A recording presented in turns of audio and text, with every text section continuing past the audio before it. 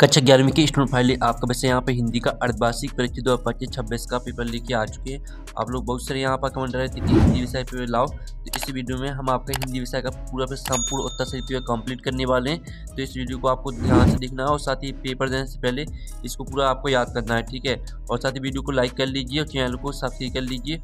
आप यहाँ पर देख लीजिए कक्षा 11वीं अर्धवार्षिक परीक्षा 2025-26 हिंदी विषय का आपका पेपर है। मार्क्स 80 अंक रहेगा। टोटल क्वेश्चन आपके 23 रहेंगे। टाइम आपका 3 घंटे रहने वाला है। साथ ही आपके यहाँ पर निर्देश आते हैं, ठीक है, सही प्रश्न हल करना अनिवार्य है, ठीक है। तो आप यहाँ पर निर्देश पढ़ लीजिएगा। और साथ ही चलिए जो आपके यहाँ पर हिंदी विषय का पेपर है वो देख लेते हैं। तो आप लोग वीडियो को लाइक जरूर कर लीजिए और साथ ही इस वीडियो को आपको अपने दोस्तों तक शेयर कर देना, जिससे वो भी हिंदी विषय के पेपर में अच्छे अंक ला सके, ठीक है। तो इस वीडियो को आप अपने दोस्तों तक जरूर शेयर कर दीजिएगा। अब आता है सही विकल्प का चयन कर लिखिए, जो कि 6 नंबर के रहने वाले हैं। तो पहला था कवि ने ईश्वर के कितने स्वरूपों को माना है। तो आपका आता है 1, ब ऑप्शन 2 दिया गया है, स ऑप्शन आपका 3 दिया गया है, द ऑप्शन आपका अनेक दिया गया है। तो कवि ने ईश्वर के कितने स्वरूपों को माना है, तो इसका आंसर आपका 1 हो जाएगा। फिर आपका दूसरा आता है नमक का ध्रुव कहानी में मासिक वेतन को क्या कहा गया है। तो आपका आता है ऊपरी आय, बात पूर्णमासी का चांद, और साथ आपका स्थायी आय और दाता रिश्वत। तो यहाँ पर नमक का ध्रुव कहानी में मासिक वेतन को क्या कहा गया है, तो इसका आंसर आपका पूर्णमासी का चांद हो जाएगा, ठीक है। फिर आपके यहाँ पर देख लेते हैं स्टूडेंट, आपका यहाँ पर तीसरा आता है संचार शब्द की उत्पत्ति किस धातु से हुई है।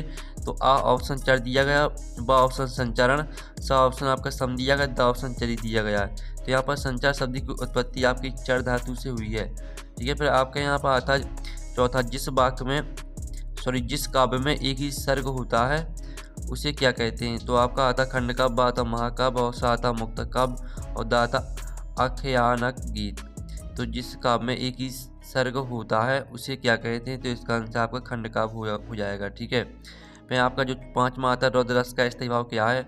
तो आपका आ ऑप्शन भय दिया गया है, ब ऑप्शन आपका शोक दिया गया है, स ऑप्शन आपका क्रोध दिया गया है, द ऑप्शन आपका उत्साह दिया गया है। तो रौद्र रस का जो स्थायी भाव होता है वो आपका क्रोध होता है, ठीक है। आपके यहाँ पर क्रोध राइट आंसर हो जाएगा। फिर आपका 6वां था अंधे की लाठी मुहावरे का अर्थ है डंडा मारना, और ब आता एकमात्र सहारा, स आता कमजोर व्यक्ति, द आता लाठी से मारना।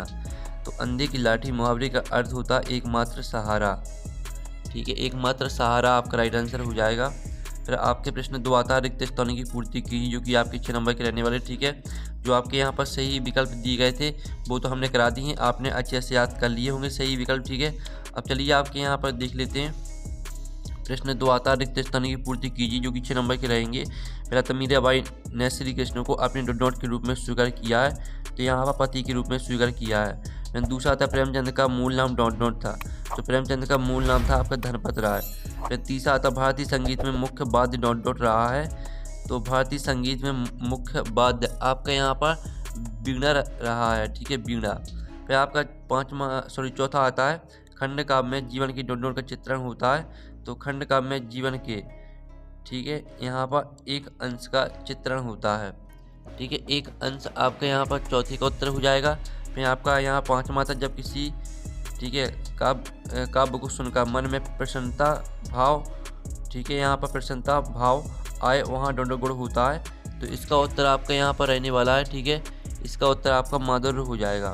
फिर आपके यहाँ पर आता रचना के आधार पर वाक्य डॉट, ठीक है, रचना के आधार पर वाक्य के डॉट विध होते हैं। तो यहाँ पर रचना के आधार पर वाक्य के आपके 3 विध होते हैं। तो जो आपके यहाँ पर रेगिस्तान है वो आपके यहाँ पर कंप्लीट हो जाते हैं, आपने अच्छे से आते यहाँ पर कर लिए होंगे। फिर प्रश्न 3 आता है सत्य असत्य का चयन करके लिखी, जो कि आपके 6 नंबर के रहने वाले हैं। तो पहला तब वाणी का डिक्टेटर कबीरदास को कहा जाता है। तो पहला आपका यहाँ पर सत्य रहेगा। फिर दूसरा आता लेख का मन्नू भंडारी को कमजोर और भावुक कहा गया है। तो दूसरा आपका यहाँ पर रहने वाला है, ठीक है स्टूडेंट, दूसरा आपका असत्य हो जाएगा।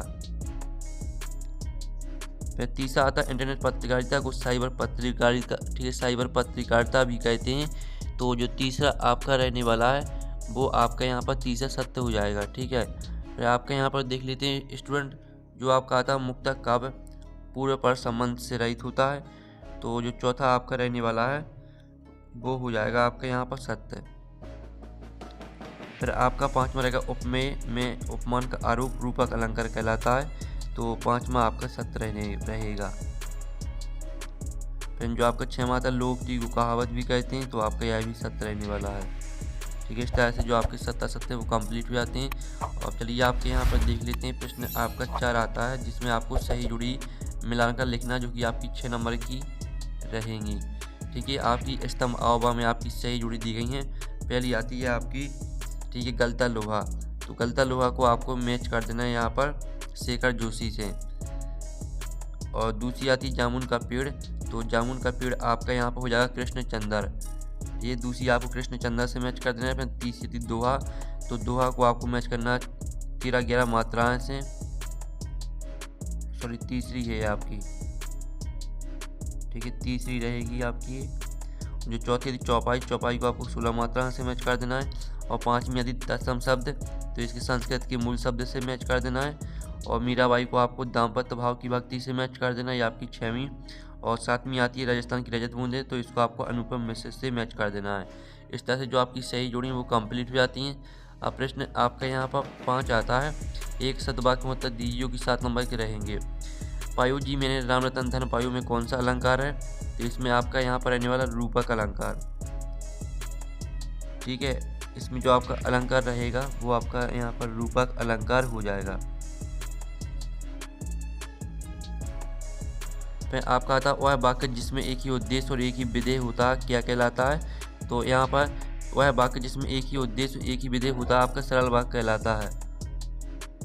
ठीक है, सरल वाक्य आपका इसका राइट आंसर हो जाएगा। और जो आपका आता शांत रस का स्थायी भाव, तो शांत रस का स्थायी भाव आपका यहाँ पर निर्वेद होता है। ठीक है, तीसरी का उत्तर आपका यहाँ पर निर्वेद हो जाएगा।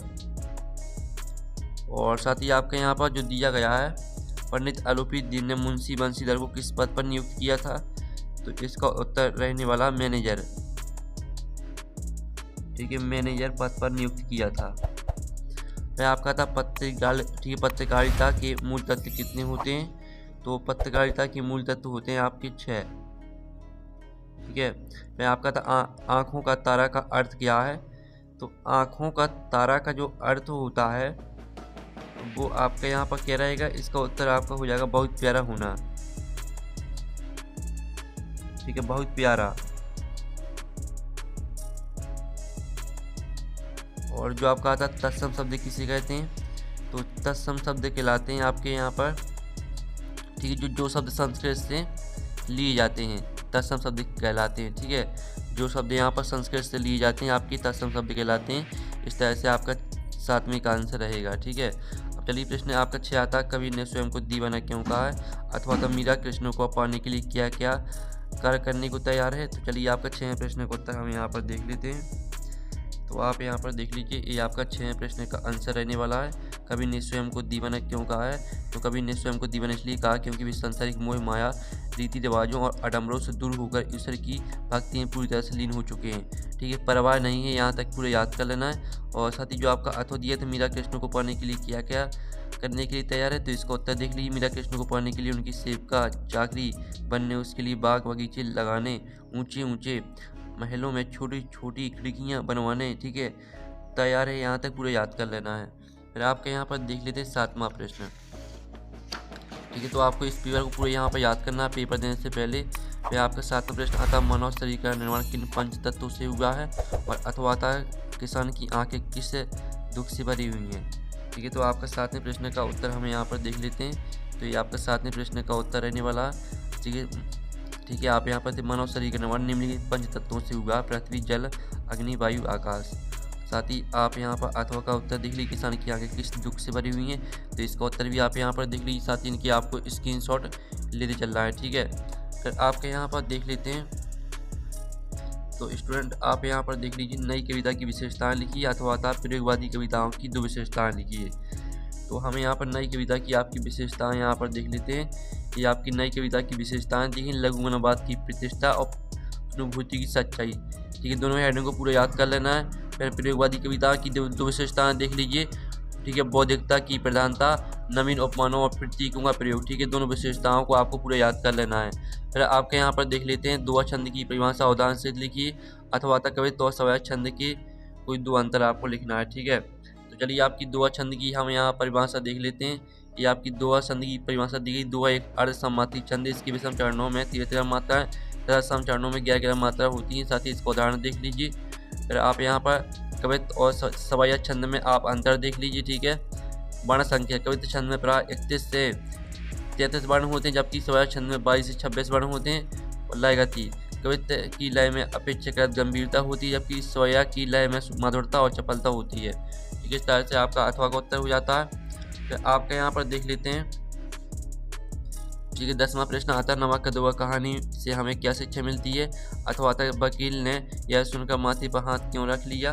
तो चलिए आपका 10वें प्रश्न का उत्तर हम यहाँ पर देख लेते हैं। तो ये आपका 10वें प्रश्न का उत्तर रहने वाला है। ठीक है, इसका स्क्रीनशॉट ले लीजिए। और ये आपका 10वें के अथवा का उत्तर रहने वाला है, तो इसका भी आप यहाँ पर स्क्रीनशॉट ले लीजिए। फिर आपके यहाँ पर 11वां प्रश्न आता है, महाकाव्य खंड काव्य में आपको 2 अंतर लिखना है। अथवा मुक्त काव्य किसे कहते हैं? उदाहरण से लिखिए। चलिए आपका महाकाव्य और यहाँ पर हम खंड काव्य में अंतर देख लेते हैं। तो ये आपका महाकाव्य खंड काव्य में अंतर दिया गया, तो इसका स्क्रीनशॉट ले लीजिए। साथ ही मुक्त काव्य किसे कहते हैं आपको उदाहरण से लिखना है, तो इसका उत्तर भी आप यहाँ पर देख लीजिए। ठीक है, और स्क्रीनशॉट आपको इनकी जो हम आंसर आपको दिखाते जा रहे हैं, इनकी स्क्रीनशॉट आपको लेते चलना है। फिर आपका 12 मात्रा निम्नलिखित वाक्यों को शुद्ध करके लिखना है आपको।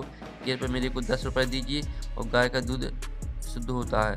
तो अब 12वें प्रश्न का उत्तर आपको पहले और दूसरे का उत्तर सभी को कमेंट में लिखना है। जो भी यहाँ पर शुद्ध करके सही आंसर कमेंट में लिखेंगे उनका कमेंट पिन कर दिया जाएगा। ठीक है, अथवा आता राजभाषा और राष्ट्रभाषा में आपको 2 अंतर लिखना है। तो हम अथवा का उत्तर देख लेते हैं। तो ये आपका यहाँ पर अथवा का उत्तर दिया गया राजभाषा और राष्ट्रभाषा में अंतर, तो इसका आप स्क्रीनशॉट ले लीजिए।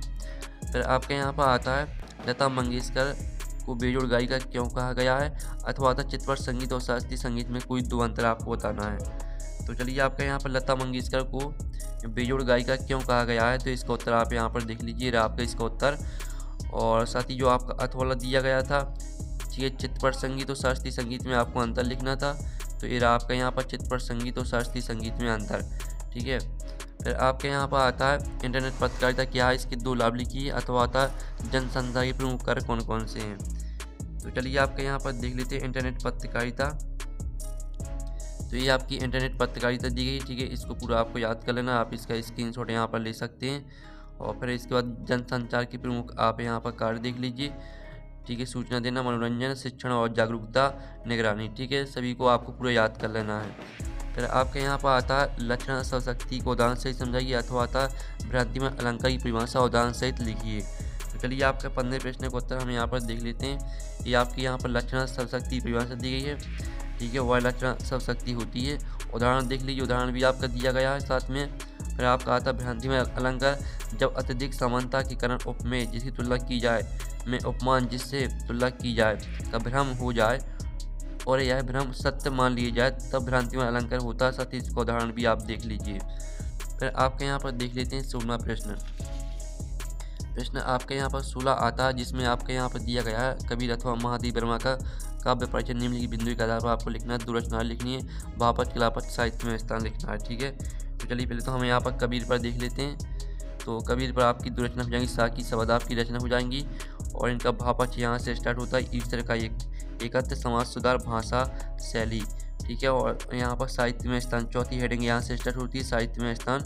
तो आप यहाँ पर देख लीजिए, साहित्य में स्थान भी देख लीजिए। फिर अथवा देख लीजिए महादेव वर्मा का, इनकी रचना हो जाएंगी निहार, रश्मि, नीरजा, सांध्य गीत। 2 रचना यहाँ से याद करनी है। भावपक्ष आपकी यहाँ से स्टार्ट होता है। ठीक है, और कलापक्ष तीसरी हेडिंग यहाँ पर डली है, तो भाषा शैली आएगी कलापक्ष के अंतर्गत और स्थान देख लीजिए इनका। ठीक है, तो इस तरह से आपके यहाँ पर आंसर अथवा वाली का भी हो जाता है। फिर आपका 7वां आता प्रेमचंद अथवा मन्नू भंडारी की आपको साहित्य के परिचय निम्नलिखित बिंदु के आधार पर लिखना है। आपको 2 रचना लिखना, भाषा शैली, साहित्य में स्थान लिखना है। चलिए आपका 17वें प्रश्न का उत्तर हम यहाँ पर देख लेते हैं। प्रेमचंद की 2 रचना हो जाएंगी गोधन गमन। ठीक है, और इनकी भाषा शैली, भाषा और शैली देख लीजिए, साहित्य में स्थान देख लीजिए। फिर आप यहाँ मन्नू भंडारी का देख लीजिए। ठीक है, आपका बंटी महाभोज आपकी 2 रचना हो जाएंगी, भाषा शैली देख लीजिए, साहित्य में स्थान यहाँ से आपकी तीसरी हेडिंग डली, साहित्य में स्थान। तो ये आपका साहित्य में स्थान यहाँ पर दिया गया है। यहाँ 18वां आता निम्नलिखित विषयों का भावापलन कीजिए। साहित्य समाज का दर्पण है।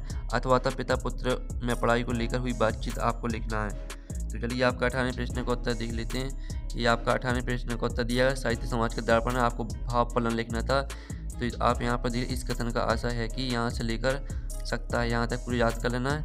और ये आपका पिता और पुत्र को पढ़ाई के लेकर हुई बातचीत संवाद आपका दिया गया है। ठीक है, अथवा वाले का आंसर। फिर आपका यहाँ पर देख लेते हैं 19वां प्रश्न। ठीक है स्टूडेंट, आपका 19वां प्रश्न आता है निम्नलिखित आपकी गद्यांश को पढ़कर नीचे लिखे प्रश्नों का उत्तर आपको देना है। तो ये आपके 3 प्रश्न दिए गए हैं, इनके आपको ठीक है आंसर देना है। तो चलिए इनका उत्तर हम यहाँ पर देख लेते हैं। ठीक है, पहले प्रश्न का उत्तर आपका यहाँ पर दिएगा मेरे को घर में गाय का दूध चाहिए। ठीक है, इसका उत्तर हो जाएगा मुझे गाय का घर में दूध चाहिए। फिर दूसरे का उत्तर देख लीजिए और तीसरे का उत्तर। ठीक है, प्रश्न भी लिखा है साथ में उत्तर भी लिखा है। फिर आपके यहाँ पर 20वां प्रश्न आता है जिसमें निम्नलिखित पदांश की आपको संदर्भ प्रसंग व्याख्या लिखनी है। ठीक है, हम तो एक एक कर जाना। ठीक है, इस तरह से आपके यहाँ पर दिया गया है। और अथवा आता मेरे तो गिरधा गोपाल दूसरा ना कोई, इसकी आपको क्या करना संदर्भ प्रसंग व्याख्या यहाँ पर लिखनी है। तो चलिए आपकी संदर्भ प्रसंग आपको व्याख्या यहाँ पर दिखा देते हैं। तो ये आपका संदर्भ दिया गया है, प्रसंग दिया गया है और व्याख्या देख लीजिए, साथ ही विशेष भी देख लीजिए। ठीक है, आपको यहाँ पर एक साथ दिखा देते हैं, आप देख लीजिए आपका 20वें प्रश्न का उत्तर रहने वाला है। और फिर मेरा ठीक है मेरे तो गिरधा गोपाल दूसरा ना कोई, इसका उत्तर भी देख लीजिए संदर्भ प्रसंग व्याख्या याथों वाले का और विशेष। ठीक है, फिर आपका यहाँ पर आता है 21वां प्रश्न जो कि आपका गद्यांश दिया गया है। तो इसकी भी आपको संदर्भ प्रसंग व्याख्या लिखनी है। ईमानदारी का यह प्रभाव था अथवा दुनिया सोती थी, दुनिया की जीभ जागती थी। तो चलिए हम दोनों के आंसर देख लेते हैं। तो आप यहाँ पर देख लीजिए आपका संदर्भ प्रसंग और विशेष दिया गया है। तो इसका आप स्क्रीनशॉट यहाँ पर ले लीजिए 21वें प्रश्न का आंसर और ये आपके 21वें के अथवा का आंसर। ठीक है, संदर्भ प्रसंग व्याख्या और विशेष। फिर आपके यहाँ पर देख लेते हैं 22वां प्रश्न नगर निगम नगर पालिका अध्यक्ष को नियमित सफाई न होने पर शिकायती पत्र लिखिए अथवा था अपने पिताजी को अपनी परीक्षा की तैयारी के विषय में पत्र लिखना है आपको। तो चलिए आपका 22वें प्रश्न का उत्तर देख लीजिए। ये आपके यहाँ पर अध्यक्ष से लेकर पता तक यहाँ तक ये आपका 22वें प्रश्न का उत्तर रहेगा और ये आपका 22वें के अथवा का उत्तर रहने वाला है। ठीक है, पूज्य पिताजी से लेकर आपका नाम तक यहाँ तक पूरा याद कर लेना है। फिर आपके यहाँ पर देख लेते हैं 23वां प्रश्न, जिसमें आपको निबंध लिखना है रूपरेखा सहित। ठीक है, तो जो आपके यहाँ पर दिया गया है जीवन में खेलों के महत्व पर हम निबंध देख लेते हैं।